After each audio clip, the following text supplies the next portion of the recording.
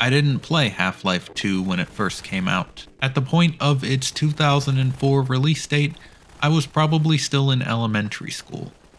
And it wasn't until high school that I really got into PC gaming. Well, even in high school, I didn't really have money for PC games, so I started out with the Half-Life 2 demo. It was nice back in the day that a lot of games did have demos.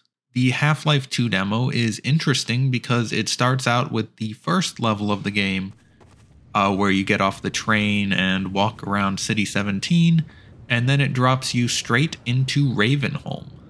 While I was saving up money and convincing my parents that I should be able to buy this game, I did actually watch a playthrough of the game on some YouTube channel back in the day when Let's Plays were very, very popular. I don't think the guy actually finished the game, so I was still left with a cliffhanger for the last few levels.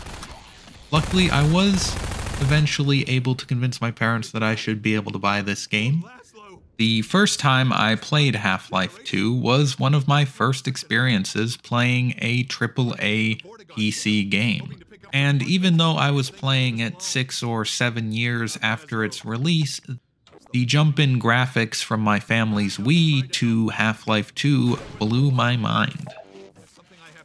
I also found myself really invested in the story of Half-Life 2, playing for hours and hours on end just to get to the next section. I wasn't very good at video games at the time, possibly due to the fact that I'm not even sure if I had a gaming mouse.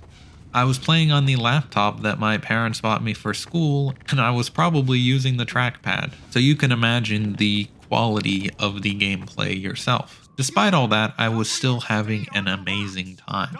I remember spending loads of time stacking objects and messing around with the game's physics because up till that point I hadn't really played a game that had this sort of thing.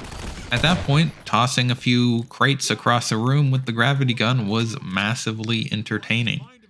So was stacking up crates as high as I possibly could to try to climb over any and all obstacles. I would also play the game kind of slowly, exploring every little nook and cranny in basically every level. Even if the developers didn't put anything to discover in the corners of the map, I would still go look at them, just because exploring such an environment was novel and fun. Obviously, my favorite section of the game was the coastal levels of Highway 17 and Sand Traps. You can of course watch my video about Highway 17, where I go into everything I love about it, and soon I'll be posting a video where I talk about Sand Traps.